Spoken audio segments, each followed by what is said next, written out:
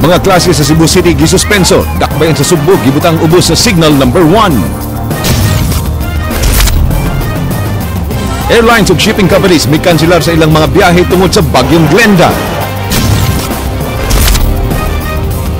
OCD-7 Red Alert status na. CENTCOM, CCPO ug tanang LGUs ipa-alerto nunod sa bagyo. Bisi mayor sa Dumanhog gipasakaan og sumbong tungod sa pag-falsify sa resibo. VAT wala mutugma sa kantidad nga gibayran. Hepe sa kapulisan sa Compostela gitaktak sa iyang posisyon tungod sa pagpamakak nga walay nadakpan nga langyaw nga naghit-hit og marijuana.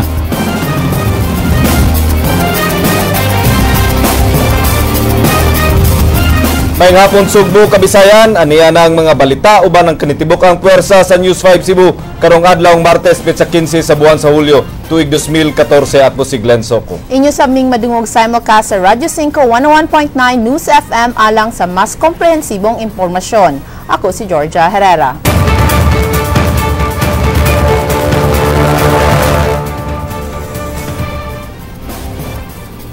Georgia, alas 2:30 karong hapon gipaubos sa dakbayan sa Sugbo ug amihanang Sugbo sa signal number 1. Gikatagtang mo landfall ang bagyong Glenda dito sa Sorsogon, Albay area nga dunay dala nga kusog nga hangin nga kapin sa 100 kilometers per hour.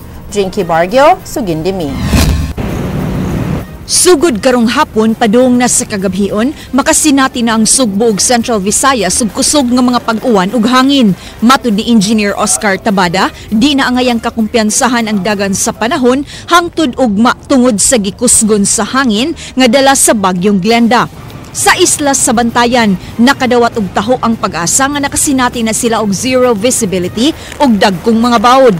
Ang bagyong Glenda milandfall sa Albay Sorsogon area nga nagdas sa gikusgon sa hangin nga 130 kilometers per hour ngadto sa 160 kilometers per hour. Sa Severe Weather Bulletin number 8 nga gi-issue sa pag-asa kaganihang alas 2:30 sa hapon, gipaubos sa signal number 1 ang dakbayan sa Sugbo ug ang Northern Cebu lakip na ang Camotes Island.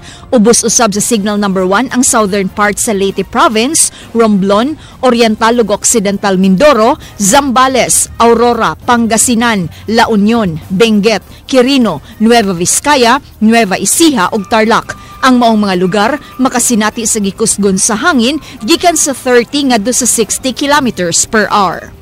Samtang ubos na sa storm warning signal number 2 ang Metro Manila, lakip na ang Samar, Eastern Samar ug Biliran, lakip na ang uban nga mga lugar sa Luzon. Ang uban nga bahin sa Eastern Visayas nga nakasinati na sab og brownout. Samtang makasinati sa hangin nga dunay gikusgon nga 101 ngadto sa 185 kilometers per hour, sulod nga ubos sa storm signal warning number 3 ang Masbate, Northern Samar ug gamihan ang bahin sa Eastern Samar, lakip na ang mga lugar sa Luzon sulod sa 18 ka oras. Pahimangno ni Tabada sa publiko nga kanunay magbantay sa posibleng landslides, mga pagbaha ug storm surges. So, napabili na yung strength of about 120 kilometers per hour, gustiness of 150 kilometers per hour. It is moving fast now, is about 24 kilometers per hour. Here in Visayas, ang atong signal number 2, raise na dito sa Samar. Jinky Bargio, News 5. Nunod sa bagyong Glenda, alas 12 ganihang udto gimando ni Cebu City Mayor Michael Rama nga ikanselar ang tanang klase sa pampublikong tunghaan nunod sa bagyong Glenda. Gipadali ni Rama ang mando aron makauli dayon ang tanang tinunan gikan sa elementarya ug high school sa posibleng peligro sa bagyo. Bugtong Cebu City lang ang mikanselar kay ang Mandawi ug Lapu-Lapu City duna gihapoy klase. Giawhag sab ang sa mayor ang ubang private schools nga kun mahimo musunod sa maong kamanduan alang sa kaluwasan sa mga tinunan. Gihatagan og prioridad sa maong mando ang mga tunghaan nga naa sa bukirang barangay ug peligro sa mga pagbaha. Dunay daghang nalipay nga gisuspenso ang klase. Apan kining pundok sa tinunan sa Zapatera High School, wa malipay sa maong balita. Kay kanang ganami ba nga may matunan ba kay ang among ko magudong science, ang kanang amuang alalpan. Ya, napa may role plays sa alalpan karon. Miabot na lang ang laing bagyo apan hantud karon wa pa mapirmahi sa presidente ang rehabilitation budget alang sa mga biktima sa bagyong Yolanda. Samtang gipahimangnuan na sa lalawigan ang kalungsuran sa kaamihan ng Sugbo sa pagbakwit sa mga residente sulod sa mga danger zones tungod sa kusog nga pag-uwan ug hangin. King Perez, Sugindimi. Itong affected sa itong Yolanda before kay Makasinati og kusog nga hangin ug pag-ulan ang amihan ng Sugbo nunot sa pagsud sa bagyong Glenda bisan dili directly affected ang lalawigan. Ang part sa bagyo is dito sa northern Luzon pero namay yung ang Samar and Leyte pero tungod sa ang area naging makasinati gyud uwan nire sa Cebu, particularly sa northern Cebu. Mihatag na og advisory ang PDRRMO sa mga kalungsuran, labaw alang sa pagbakwit sa mga namuyo dapit sa kadagatan ug sapa. Gipanglantawan ng mulanat pa og duha ngadto sa 3 ka adlaw nga masinati ang pag-uwan diri sa Sugbo. Paghuman sa Typhoon Yolanda, the provincial government is conducting trainings gyud og kaning mga with regards sa response o kanang mitigation. Samtang wa masayod si DILG Secretary Mar Rojas kung kanus ang maprubahan ni Presidente Noynoy Aquino ang rehabilitation budget alang sa mga biktima sa bagyong Yolanda, 8 ka buwan na ang milabay. Lakip na niini ang gipangayong 12.2 billion pesos nga rehabilitation budget alang sa amihan ng Sugbo nga gi-endorse na sa cabinet cluster ngadto sa presidente. Sa dihang gipangutana si Rojas kung hinanali ba alang niini ang hingpit nga pag-approve sa mga rehabilitation budget, kini ang nahimong depensa ni Rojas. The president has had a sense of urgency from day one. He himself was there in the Yolanda areas from day one. He has been at the forefront of securing international and local financing and funding to be able to fund all of this. The president is at the forefront of all these efforts. King Perez, News 5. Alerto na karon ang Office of the Civil Defense 7 ingon man ang tanang Disaster Management Council sa rehiyon isip pagpangandam sa bagyong Glenda. Andrea Patenya, Sugindimi. Gisaka na sa red alert status ang Office of the Civil Defense 7 tungod sa nasinating pag-uwan hatod sa bagyong Glenda. Kini nagpasabot nga on duty ang tanan nilang personnel 24 oras ug full alert sab ang tanang Disaster Management Councils ug ahensya sa gobyerno nga sakop sa OCD-7. Wa pa hinuoy natalang mga insidente sa pagbaha o pagdahili sa yuta ang maong buhatan apan pahimangno nila sa tanang local chief executives sa pagdeklarar dayon og preemptive evacuation in kaso mamatikdang critical na ang water level sa mga sapa ug kun dunay mabantayang soil erosion. Mahimo sab silang mumando sa suspensyon sa klase depende sa ilang assessment sa sitwasyon. Giingong mipadana og report ang mga opisyales sa isla sa Bantayan kabahin sa pagkanselar sa klase sa tanang tungaan kaganihang buntag. Ang Department of Social Welfare and Development gipa-standby na sab sa OCD alang sa posibleng relief operations. The DSWD has their on stock at any given time. I think it's 1,000 packs of relief goods and amount of funds to cover the expenditures during emergency. Nakigalayo na sab sila karon sa Central Command alang sa ilang simulation exercise alang sa humanitarian assistance and disaster response nga gisugdan kaganihang buntag. Mato ni Lieutenant General John Bonafos, usa ka company sa mga sundalo ang naka-standby karon ug giandam na sab nila ang ilang rescue equipment. Nagpakandak na kami ng inventory of HADR capability equipments. Inilabas natin ito, tiningnan natin yung operational capability nito as well as the maintenance not only of CENTCOM but also all of the units here in Central Visayas, including 8th Infantry Division, 3rd Infantry Division, and the Navy, the NAV-4CEN, and the 2nd Air Division capability. Tungod kay di direktang moagi ang bagyong Glenda dinhi sa tunga-tungang Kabisayan, ni pasalig sab ang Central Command nga andam silang mupada og mga tawo ngadto sa mga rehiyon nga grabing maapektuhan sa maong bagyo aron makatabang sa pagpahigayon og rescue operations.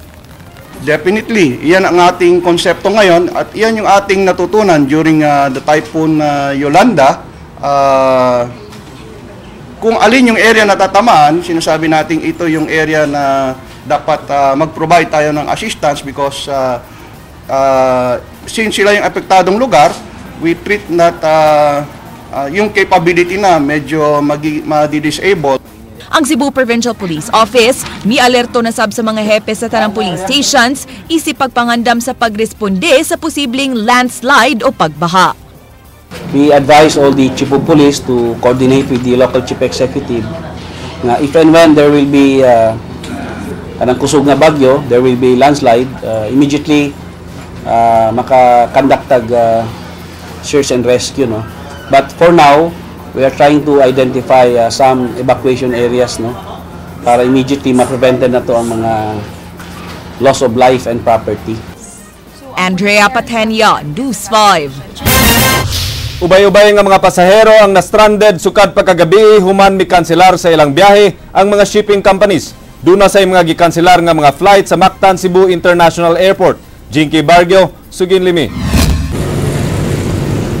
Kagabi pa nagsugod og cancel ang ubang shipping companies sa ilang mga biyahe paingon sa mga lugar nga maapektuhan sa bagyong Glenda.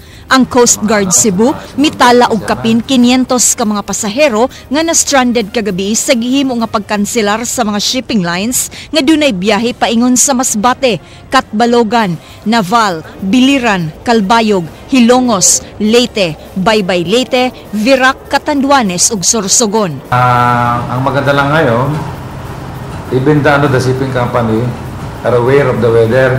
So they decided to cancel the trip na. Sa Pier 1, daghang natanggong nga mga pasahero human mikanselar kaganiyang buntag ang Ocean Jet nga padung sa Ormoc. Abot na lang kay ito ang trabaho dito. Pero kagani ka pa kadri sir? Alas 6, 5 pasado. So as of 10, tentative pa mo schedule kay napabot pa may kining verification gikan sa taga Coast Guard. Napu sab kabiyahing pandagat nga dunay abiso sa Coast Guard ang wauna mo biyahe kaganiha taliwa sa kalinaw sa dagat kaganihang alas 9 sa buntag. Giawhag sa Coast Guard ang mga mananagat nga likayan una ang paglawig sa kadagatan samtang dunay storm signal nga giisa ang pag-asa. Sa Mactan Cebu International Airport, usa ka flight ang gikanselar sa Cebu Pacific nga dunay biyahe nga padung Surigao City, usa sa Air Asia Zest ug 5 sab sa Philippine Airlines. Gipasalig sa pamunuan sa PAL nga ilang atimanon ang tanang apektadong pasahero. They are now advising all the passengers, more especially those in the afternoon that flights will be cancelled, no, to go to the ticket office for rebooking of their flights for tomorrow's flight. Jinky Bargyo, News 5. Natapos karong adlaw ang panagtigom sa League of the Municipalities of the Philippines Luzon Cluster nga gipahigayon dinhi sa Sugbo apan di makauli ang mga mayor tungod sa bagyo. Nasayran nga halos tanang mayor nga mitambong gipaubos sa nagkadaiyang storm signal sa ilang mga lugar. Igo na lang pagpahibaw si LMP National President Sandy Javier bahin sa kalambuan sa bagyo.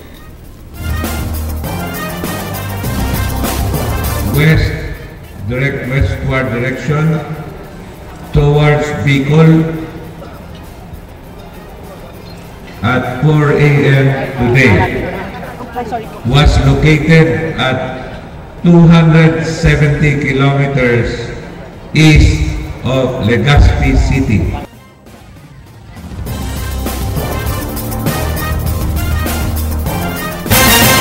Hangtod karon nag-antos gyapon sa Salibo og pagsulod sa tubig ang temporaryo nga gibalhinan sa Busay Elementary School.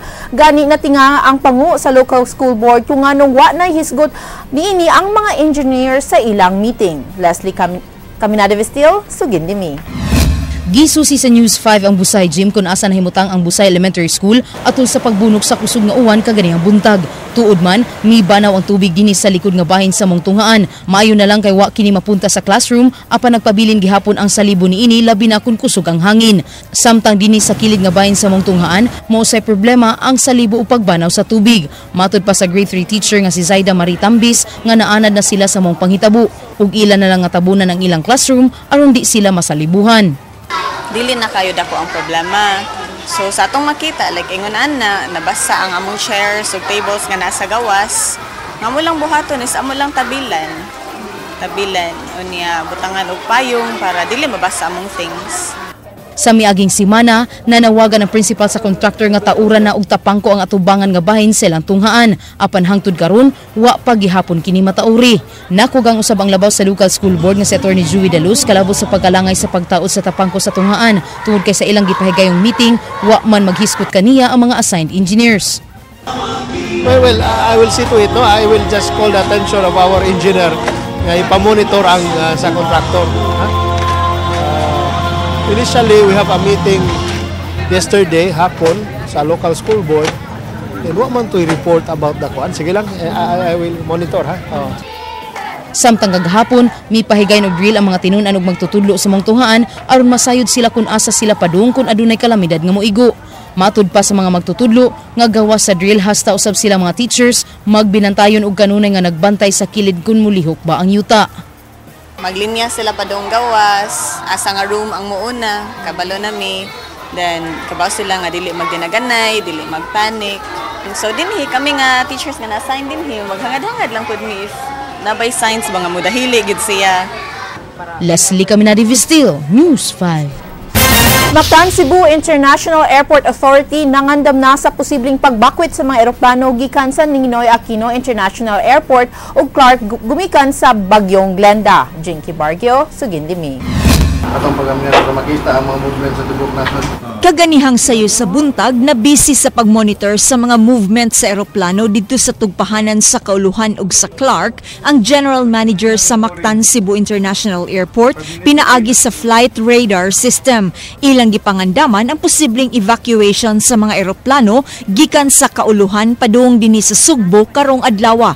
Kaganihang buntag, 24 ka mga nagkalain-laing airlines ang nangayo og base slot sa tugpahanan sa Mactan aron dunay kataguan ng ilang mga eroplano gikan sa posibleng kadaot hatod sa Bagyong Glenda. Well, so far kanang sa 24 enough na siya kay and that is using taxiways and other areas other than the ramp itself. No? And Cebu Manila flights are actually half of our movements. So at least half na lang mabilin kana na lang going to the southern part of the Philippines and other areas. May pahigayon sabog emergency meeting kaganiha ang nagkadaiyang airline companies aron hisgutan ang mga laka nga himuon. Some of our airplanes are being transported here to Cebu starting this 3 o'clock for safe, so that they will be safe. Usa sa mga gikabalakan sa MCIAA ang posibleng pagsud unya sa diverted flights gikan sa Kauluhan ug sa laing nasod. Bisan sa kadako sa runway sa Mactan, 29 ra ka mga abyon ang mahimong maakomodar niini. Ang problema nato karon kung naay diversion. So kung naay diversion, then we really have to squeeze them in siguro mga 29 to 29 parking bays. Otherwise, they have to go to other airports.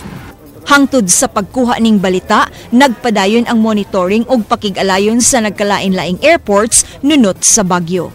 Jinky Bargio, News 5.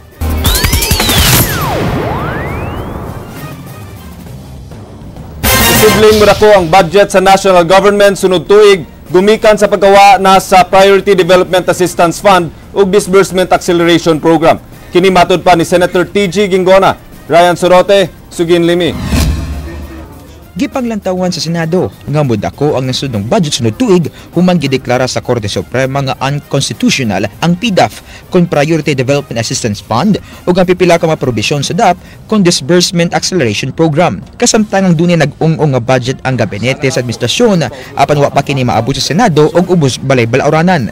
Wa pa sinasayang estimated budget ang Senado. Sa miaging tuig nangayig 2.268 trillion nga budget ang Malacañang gikan sa Kongreso apan 2.264 trillion lang ang naprobahan human gitangtang ang PDAP sa 15 ka mga senador og ni Vice President Jojo Marbinay nga nagkantidad tanan og 3.2 billion pesos. Ang wa gitugot nga budget giri-align alang sa CHED, DOH, DOLE ug DSWD. Matud ni Senador TJ Gingona, wa siya nakitang rason nga nung mokunhod ang national budget human idiretso na sa mga line agencies ang mga pondo inay nga moagi pa sa mga magbabalaod.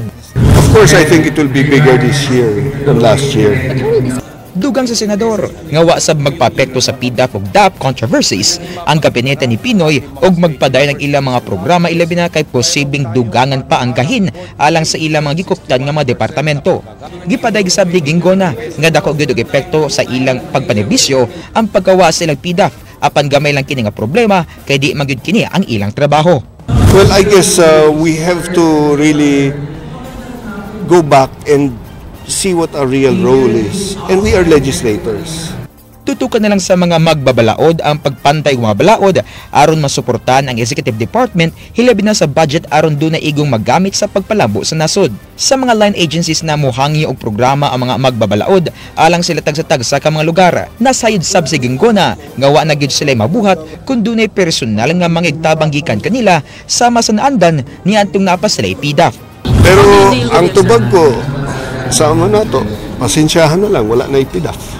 Ryan Sorote, News 5. Gipanalipdan sa House Speaker ang paggamit sa presidente sa Disbursement Acceleration Program nga gihukman nga unconstitutional sa Korte Suprema. Samtang uban miawag ang Presidente Aquino nga pagrespetar sa desisyon sa Korte. King Perez, Sugin Limi. It's very easy for the guy to escape responsibility. Sabihin payo ng ibang tao ito and so forth. Pero wala sa karakter ni President Pinoy yung tumakbo sa responsibilidad. Suportado ni House Speaker Feliciano Sonny Belmonte Jr. ang gihimong pamahayag ni Presidente Noynoy Aquino pagpasabot sa kontrobersyal nga Disbursement Acceleration Program kon DAP. Plano karon sa presidente nga muduso og motion for reconsideration human gideklarar sa Korte Suprema nga unconstitutional ang pipila ka mga provisions ni ini. Sa tuig 2013 anaa sa 144.4 billion pesos ang girelease sa Department of Budget and Management alang sa Disbursement Acceleration Program. Nahimong basehan sa presidente ang Administrative Code of the Philippines nga matud pa nga mahimong magahin sa presidente ang mga savings sa gobyerno. Gihukman nga unconstitutional sa Korte Suprema ang DAP tungod sa paggahin sa kwarta ngadto sa mga proyekto nga wa masud sa General Appropriations Act kon budget sa nasod. Gigahin sa presidente ang savings ngadto sa laing ahensya sa gobyerno o gipanghatag isip funding sa mga project sa magbabalaod nga nahisama sa pork barrel. And there are various provisions in the administrative code that empowers the president in the area of aligning of savings. Let's say it's allocated to a project that cannot be completed for one reason or another. Matutulog yung pera mo. Alang sa pangu sa House of Representatives nga gipamulitika lang si Pinoy sa mga pasangil nga ilegal ang paggamit sa presidente sa DAP. Hinuon giangkon niini nga kinahanglan nga adunay himuon ng Kongreso sa pagpatinaw sa maong programa sa presidente. Mipahibaw sab si Belmonte nga mahimong matagan og supplemental budget sa Kongreso ang mga natanggo nga proyekto ubos sa DAP human sa deklarasyon sa Korte Suprema. It is the subject of all sorts of speculations. Alam mo naman, isang katerbang opinion yung lumalabas. Lahat ng kaaway niya naglabasa na. Finally, after the administration's motion for reconsideration, kung hindi pansinin ng Supreme Court yun, then we will pass a supplementary budget to complete all of the projects that are pending. Sa usa ka text message, gipasabot ni IBP Cebu City President Attorney Elaine Bathan nga angay lang respetaran sa presidente ang desisyon sa Supreme Court. Isip ko equal branch sa pagdumala. Sa usa ka phone interview, gipasabot ni Anak Bayan Visayas Vice President Nino Olaivar nga nagpabiling ligo ng basehan sa Korte Suprema sa paghimong unconstitutional sa DAP. Bisan pa nga may pasabot kagahapon si Aquino sa TV. Gani wala daw maklaro niini ang kalambigitan sa ubang department secretaries sama ni DBM Secretary Florencio Butch Abad nga mo'y gikatahong utok sa DAP. Wala niya point out nga ang savings nga i-declara nila is out of line sa gitawag na ito nga implementing period sa mga proyekto which is the cause of illegality sa mga programa nga Disbursement Acceleration Program. Naglaw mga Nakbayan Visayas nga mabarugan sa mga huwes sa Korte Suprema ang unang desisyon ni ini nga unconstitutional ang DAP tali sa himong motion for reconsideration sa presidente. Okay nga na problem tungkol kay understanding ang sa department then ay sala ang department dili mo dapat ito mo ang i-resolve na issue nga na imong understanding. King Perez, News 5. Gihulagway sa kanagkuhan sa League of Municipalities of the Philippines nga pagpaubos ang gihimong clarification ni Presidente Noynoy Aquino kagabi kalabot sa controversial nga DAPCON Development Acceleration Program. Ryan Sorote, Sugin Limi. Napakaganda naman ang kanyang speech Piniliwanag naman niya sa kanyang mga boss, ang mamamayan, kung ano naman talaga yung ibig sabihin ng DAP na yon at saka kung saan napunta yung DAP na yon. Nakauwi ng League of Municipalities of the Philippines sa gihimo ni Presidente Noynoy Aquino kagabi. Mas may bilib sila dihang mihangyo si Pinoy sa Korte Suprema nga ikonsiderar ang legalidad sa DAP kung Development Acceleration Program alang sa kalambuan sa Executive Department. Dugang sa LMP nga tataw ang basihan sa paggamit sa DAP nga nalatid sa Revised Administrative Code nga mo'y naghatag og gahom sa Presidente sa paggamit og savings nga di na ipaagi sa Kongreso diin makatabang kini sa mga kalangsuran. Matud ni LMP Luzon Cluster Vice President Ferdinand Abisamis, wagi dautan sa paggamit sa administrasyon sa DAP kay kwarta kini sa Executive Department nga gigamit sa tarong. Wala namang mali doon Wala namang mali savings naman talaga ng gobyerno yan Tapos nga siyempre yung savings, obligadong gastusin. Dugang niini nga kundi tungod sa fiscal creativity sa administrasyon, maglisod yun ang mga lungsod sa pagpatuman sa ilang mga proyekto nga giluwas pinaagi sa fiscal management reform sama sa DAP. Mga subling gipadayag sa kapit o sa kalibo ka mga sakop sa LMP ang ilang suporta sa Presidente o kang Finance Secretary Butch Abad aron mapadayon ang mga reforma sa paggasto sa savings. Truthful lang kami and realistic Talaga naman dito sa mga tulong naman ni Secretary Abad, nakinabang naman yung mga mamayan. It's about time naman na i-reciprocate na rin din namin yung suporta namin sa kanila. Ryan Sorote, News 5. Vulcanizing shop nga gingong suyupanan na tino sa kapulisan human nagmalampuso ng ilang gipahigayong bypass operation. Jinky Bargio, Sugin Limi. Sa buhatan sa Cebu City Intelligence Branch, gidaki ning duha ka mga lalaki nga gidakupsod sa usa ka vulcanizing shop sa may sitio Pundok sa Barangay Pitos mga alas 10 kagabi. Nasikop sa buy-bust sa CIB silang Christopher Minyoza o Roger Apor. Matud ni Police Inspector Hermosendo Mandawe, duha ka semana nilang gipanid-an ng illegal nga kalihukan sa duha. Sige na mga dito, masunog man gud dayon ng pulis kay daghan magud magsugat-sugat nga dunay kuan. Yung laing taong sumilham nito. Nakuha gikan sa mga dinakpan kining 25 kagagmayng pakete sa gituuhang shabu, buy-bust money nga 200 pesos ug drug paraphernalia. Gihimakak ni Minyoza nga ila ang drogas, samtang si Apor miangkon nga tigamitan siya niini. Matubol na rin mo? Yeah. Matubol nga niya. Matulong lang, may kibawa si Tigyan ako. Itong bisiro mga to. Palitan mo tayo yung bisyo. Ate, gamitan lang ka. Butyag sa kapulisan nga front ra sa duha ang vulcanizing shop apan ang tinuod suyupanan kini.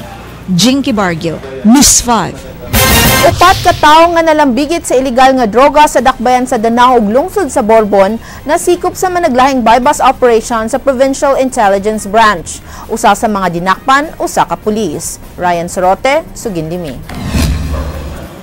Gida sa buhatan sa Cebu Provincial Intelligence Branch ang ilang mga dinakpan sa managlahing buy-bust operation nga gipahigayon sa dakbayan sa Danao ug lungsod sa Borbon kagahapon sa hapon. Nasikop sa Danao ang mga notadong tigpayhot og drogas nga silang Joseph Gonzales ug Ralph Casyong nga mga taga Barangay Luok. 5 ka medium ug napo kagagamay pakete sa gituang shabu nga dunay street value nga 130,000 pesos ang nakuha gikan sa mga dinakpan. Sa off-cam interview, gimakak sa duha nga ila ang mga nakuhang shabu, ilahin og giangkon nga tigamitan sila ni ini. Sa laing operasyon sa lungsod sa Borbon, nakaikyas ang subject nga si Edwin Cabahog alias Jongjong kinsa giilang notadong tigpayuhot og drogas sa maong lungsod ug kasibit nga mga lugar. Nasikop hinuon sa PIB ang sinaligan ni ini nga si Zed Tulod kinsa moay gikatransaksyon sa kapulisan. Giingong nakamatigod sa presensya sa kapulisan si Cabahog maong nakasibat. Usa ka bulto, 3 ka medium ug usa ka gamay nga pakete sa shabu ang nakuha gikan ni Tulod. Nasikop sa kapulisan ang usa ka pulis kinsa anaa sa lugar atol sa buy-bust operation.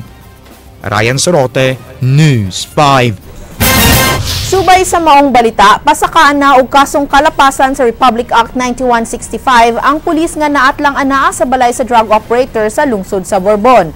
Gingong nalipdan sa iyang hepe ang maong non-commissioned officer kay matud pa nagpahigayon kinig surveillance. Andrea Patanya, sugin ni May. We considered subject policeman as a protector and cuddler. Gipaibaw ni Cebu Provincial Police Office Director Senior Superintendent Noel Guiliamac nga dugay na silang nakadawat og mga taho kabahin sa pagproteher sa usa ka pulis sa usa ka dakong drug operator sa lungsod sa Bourbon apan wa pa sila masayod sa tinuod nga identity niini. Nakumpirmar nila ang maong report sa gihimong buy-bust operation sa usa ka drug den sa Sitio Intermedia sa Barangay Poblasyon. Diin apil nga nasikop si PO2 Bernard Almeda, ang Assistant Intelligence Police Non-Commissioned Officer sa Bourbon Police Station. Previously, we did not receive any information but only information that there is a certain policeman protecting these illegal drug pushers, especially in the northern town, especially Bourbon.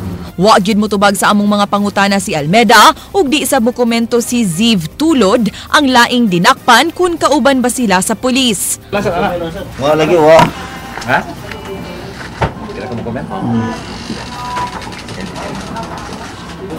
Sir, ikunsa na ninyong pulis, sir? Kauban mo na niya? Kauban mo ni PO2 ko, sir? Almeda? Apan gibutyag sa provincial director nga dihang gihinabi niini si Almeda, mitugan kini nga niadto ra siya sa area aron mag-surveillance ug gikumpirmar kini sa hepe sa Bourbon Police nga si Inspector Glenn Devotion. Gihagit ni Guiliamac si Devotion sa pagluwat og affidavit kung buot gyud niining panalipdan si Almeda apan pasakaan gyapon nila kinig kasong kalapasan sa Republic Act 9165 ubos sa violation nga protecting or coddling a drug pusher. No, he will be considered just like any other suspect, no? He will be charged and it's up to the fiscal if a warrant of arrest, no, will be issued by the judge, no?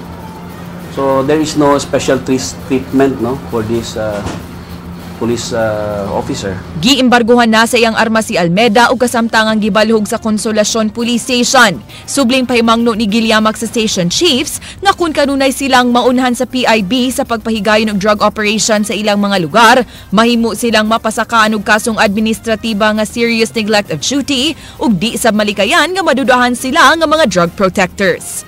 Actually, kanang warning na to that goes to everybody, especially all the chief of police, including their personnel, no. So we will check the accomplishment of the chief of police when it comes to drug problem in his area of responsibilities. Now, if we will know that he has no accomplishments, no, when it comes to drugs, and yet there are so many drug pushers, well, that would be tantamount to tolerating and cuddling, di ba? Andrea Patenya, News 5. Nakaangkon og minor injuries ang duha ka driver sa duha ka truck nga nagbangga sa may uling Naga Toledo Road, habig sa dakbayan sa Naga kaganihang buntag. Sa inisyal nga investigasyon sa Naga City Police Station, ang trailer truck mo inibangga head-on sa truck de karga. Leslie Caminadi Vistil, Sugin Limi.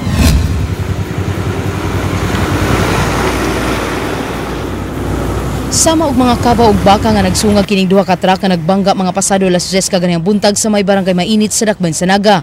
Napiapi ang atubangan sa trailer truck nga padung sa Dakbayan sa Naga, ingon man ang truck di karga nga padung sa Dakbayan sa Toledo. Matod ni Sara Dakwa, kinsa nagpuyo ining panimay nga duol sa nitabuan, kalit kaayo ang panghitabo ug ang panagbangga sa duha ka truck.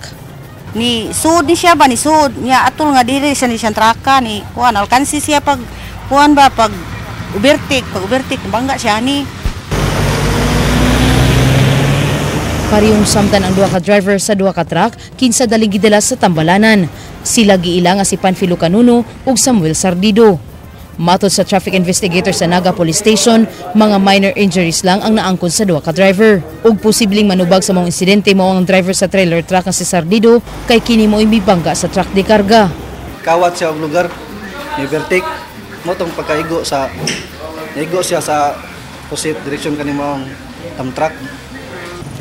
Leslie Caminadi Vistil, News 5. Girilibuhan dayon ni CPPO Provincial Director Noel Guiliamac ang hepe sa kapulisan sa Compostela human masahiring gipagawas niini ang usa nila kadinakpan nga mibayad og 50,000 pesos. Ug wa sab niya pa sa kaig sumbong. Andrea Patenya, Sugin Limi. Now, kanina lang no, ato na lang ni Ikwan. You know, this is kaning evidence is very hard evidence na, di ba? So basing on the documents that we gathered from the media, no, effective today we will relieve the Chief of Police of Compostela. Sugod karong adlaw gitangtang na sa iyang pwesto isip hepe sa Compostela Police ug kasamtangang idestino sa Provincial Headquarters Service Group si Police Senior Inspector Samuel Romanillos samtang magpadayon ang investigasyon sa alegasyon kabahin sa pagpagawas niini og usa ka dinakpan human bayri og 50,000 pesos. Sa phone interview ni Romanillos, gihimakak niini nga midawat siya sa kwarta gikan sa asawa sa dinakpan nga si Alexander Paintsil usa ka Ghana national. Matud niya, wa niya gipa-blotter ang insidente ug wa pasakai og kaso si Paintsil kay way nakuhang ebidensya gikan niini. Pero tinud sir nga gitangtang wala siya na blotter nga na arrest siya. Ma'am, ang karang blotter mong ginga sa po ditang tangon dito sa po Sion. Actually, wala na siya ma-blotter. Wala po itong blotter kahit kung mo na i-blotter, mas may blotter mo na, wala may bilin siya. Apan nakakuha og kopya ang mga tigbalita sa spot report sa insidente ug certificate of inventory. Sa maong certificate, nakalatid nga gidakop si Paintsil ni adtong Hunyo 9 sa sitio Agis, Barangay Poblasyon sa maong lungsod, diin nakumpiska gikan niini ang gihit-hit nga marijuana. Gani ang maong certificate, gipirmahan mismo sa confiscating officer nga si PO2 Emil Rubilla, Barangay Kapitan Joven Amor ug sa dinakpan. Matud pa, usa ka dakong kalapasan ang pagdumili ni Romanillos sa pagpablotter sa insidente ug sa pagkiha sa dinakpan nga doon naman di ay spot report ug certificate of inventory sa insidente. Kisugda na karon ang administrative investigation batok ni Romanillos. Anything that transpired within the area, especially arrests, raids, it should be officially blattered. Di na pwedeng dili na to ikuha ng incident, no? So anyway, all of this will be part of the investigation.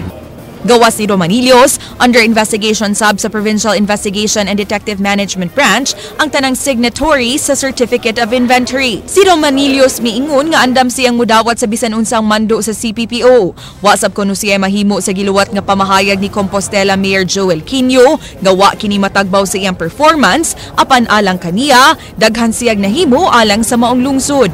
Mipadana og 5 ka ngan si Gilyama kang Mayor Quino aron iyang pilian isip hulip kang Romanillos. Ang officer of Kamango Manila, ang atong local chief ang ngayon na to, siya may nagkaroon sa performance na to, sa kao yun, matay nangimo na, pero so pag sa mga assessment mo, nagkatag mga assessment last month, nagkatag mga gambling, drugs. Andrea Patenya, News 5. Nipadayag og kaandam si Cebu Province ABC President Celestino Tining Martinez III sa mga kaso nga gipasaka batok kaniya sa Sandigan Bayan. Nahibong kini nganong naapil siya sa maong kaso. Eksklusibo sugin ni King Perez. I would be negligent also if I did not do that. Alang kang Association of Barangay Captain Cebu Province President og ex-officio board member Celestino Tining Martinez III, di siya angay malambigit sa reklamong gipasaka sa ombudsman ngadto sa Sandigan Bayan. And I think the basis lang siguro nila was that the recipient was ang president at that time, ang sa Girl Scout, was my mother. But that's a totally different thing, no? She might be my mother, but still this has something to do with our work. Lakip siya sa mga respondent sa mga nagatubang og kasong malversation of public funds ug kalapasan sa Anti-Graft and Corrupt Practices Act sa gingong sayop nga paggamit sa PDAF sa iyang inahan nga si kanhi 4th District Congresswoman Clavel Martinez. Matud sa ombudsman, wa mahatag ang tibok nga 15 milyones pesos gikan sa PDAF ni Martinez sa Girl Scout of the Philippine Cebu Council nga beneficiary sa iyang pork barrel ni adtong tuig 2002. Gipaagi sa kagamhanan sa dakbayan sa Bugo ang maong pondo, din mayor si Tining ni adtong higayuna. Giklaro ni Tining nga why memorandum of agreement nga namugna tali sa LGU ug sa GSP Cebu Council kay usa ka government-owned and controlled corporation ang maong organisasyon. But what they did not take into consideration is that the money does not come from the coffers of the municipality. It's not ours. It's not ours to, well, it came from the Priority Development Allocation Fund from Manila. Mi padayag og kaandam si tining sa kaso ug kun do naman gani warrant of arrest. If they issue a warrant, then we probably will have to post bail. Ana, no? Mamura magi-remedy nato. And then we'll just have to pursue the case there sa Sandigan. King Perez, News 5.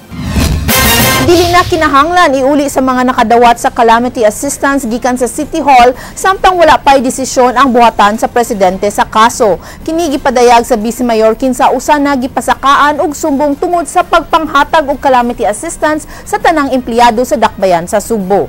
Leslie Caminada Vistil, Sugin Limi. Maybe makapikto, maybe not also. Kini mo itubag ni Vice Mayor Edgar Labella sa pangutana kung makaapekto ba sa kaso ang gihimo sa tulo ka konsehal. Matud pa sa Vice Mayor nga ang miuli sa kwarta, puros usab mipirma sa tubag nga ilang gipadangat sa buhatan sa presidente. Dugang pang Labella, wa siya mahimo apan mas labing maayo ug wa na lang unta nila giuli. Respect their decision nga ilang giuli. Pero para good kanako, kung imong iuli, ilan ang desisyon, pero di man na mobalik sa dayon dito sa katawhan kay doon na may proseso. Matud pang Labella nga konsehe mao'y pabuton, iyang paabuton una nga makabot nga desisyon sa buhatan sa presidente sa ilang gipadangat nga tubag sa gisangat nga kaso. Dugang pa Labella nga bisan og iuli pa niya di man sad mulahos sa katawhan ang maong kwarta. Doon naman tay first things first. Ang una natong atubangon ang pagtubag sa kaso. Now, kinahanglan di ta mohimog mga butang nga kanang makaapektar, no? Kung makaapektar, that I cannot answer. Niadtong Biyernes, tulo ka konsehal sa dakbayan sa Sugbo ug usa ka empleyado sa City Hall ang miuli sa kontrobersyal nga 20,000 calamity fund. Ang miuli sa kwarta mao silang konsehal Alvin Dizon, Eugenio Gabuya Jr. ug Roberto Cabarrubias. Leslie Caminada Vistil, News 5. Regional Investigation and Detective Management Division 7 mipahibaw sa mga kalambuan sa mga kaso sa mga pulis nga nalambigit sa nagkadaiyang hiwi nga binuhatan. Andrea Patenya, Sugin Limi. Nabantayan sa hepe sa Regional Investigation and Detective Management Division 7 Police Senior Superintendent Ray Lindon Lawas na sunod-sunod na ang mga kasong administratiba nga gisang at batok sa kapulisan sa Rehiyon 7. Matud ni Lawas, tungod kini sa mas striktong monitoring sa lihok sa mga pulis, pagsuta kung kanunay ba silang misunod sa PNP Code of Conduct. As we try to strengthen our disciplinary machinery in the PNP, nakita na itong medyo naay kaso karon for lately lang daghan kaayong mga kauban na itong kapulisan who were found to have committed misdemeanor while in the service. We would like to instill discipline man god. Siguro dili ta makaingon nga naong ani gyud ang trend pa, pero mo siguro ni osorong panahon na, and then usap po ni based on the guidance of our regional director is to monitor and look at every activity of our policemen.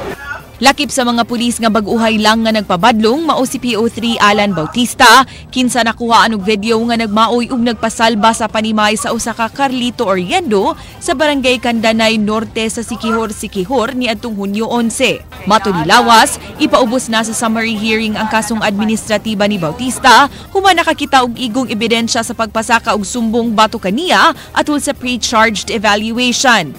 For resolution na sab ang duha ka kasong administratiba nga giatubang ni SPO2 Jonas Pakibot, ang pulis nga gipasangin lang mikulata patay sa negosyanteng drug dependent nga si Jerome Bendebel atol sa paghatod niini sa Widow Recovery Rehabilitation Center. Samtang for summary hearing na sab ang laing kasong administratiba nga gisang at batok niini, human gireklamo og laing individual nga iya sab gida sa rehab center.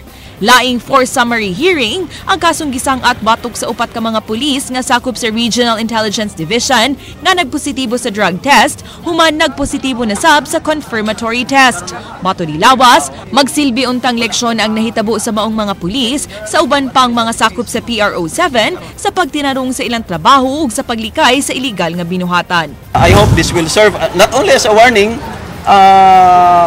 kinahanglan lang yun magbantay mo if you'd like to commit misdemeanor, be sure nga dili mo madakpan. Kay this is the mandate right now given to us by our Chief PNP nga kinahanglang kami nga mga public servants, the police in particular, should be the role model of the community. And as such, pagatan-awon karon ang mataglihok namo. Andrea Patenya, News 5. Gilauman nga karong buwan sa Disyembre, makita na ang kalambuan sa pagpatukod sa bagong Cebu City Medical Center. Padayon sab nga nakadawat og pledges ang kagamhanan sa dakbayan sa Subo alang sa City Hospital. Leslie Caminada Vistil, Sugin Limi. Gilauman nga karong buwan sa Disyembre dunay kalambuan sa bagong Cebu City Medical Center. Kaganiha gipahigayon ang groundbreaking ceremony sa pagsugod na unya sa pag-construct sa bagong City Hospital. Matud pa sa labaw sa ad hoc committee nga si Consel Mary Ann de los Santos nga ang napundong budget nga 300 million pesos mo ilang gamiton sa pagsugod niini.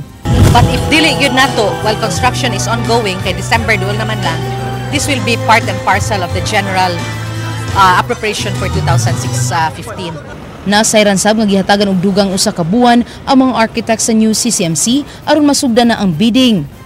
When you say 30 days reglementary period, let's do it 30 days. No? So, kuwangan man ang details from the SPINA. So, nalang ginagmay, kaya ang uban good gilamp Manila. Was lang naanad sa gobyerno ba? Ang gobyerno is very details. Like, Gikumpirmar ni De Los Santos nga adunay mga grupo sa mga nurses sa New Zealand ang modunar sa pagpatukod na unya sa bagong City Hospital. Gawas kanila, daghan pang mga grupo ang mipadayag nga mutabang. Correct.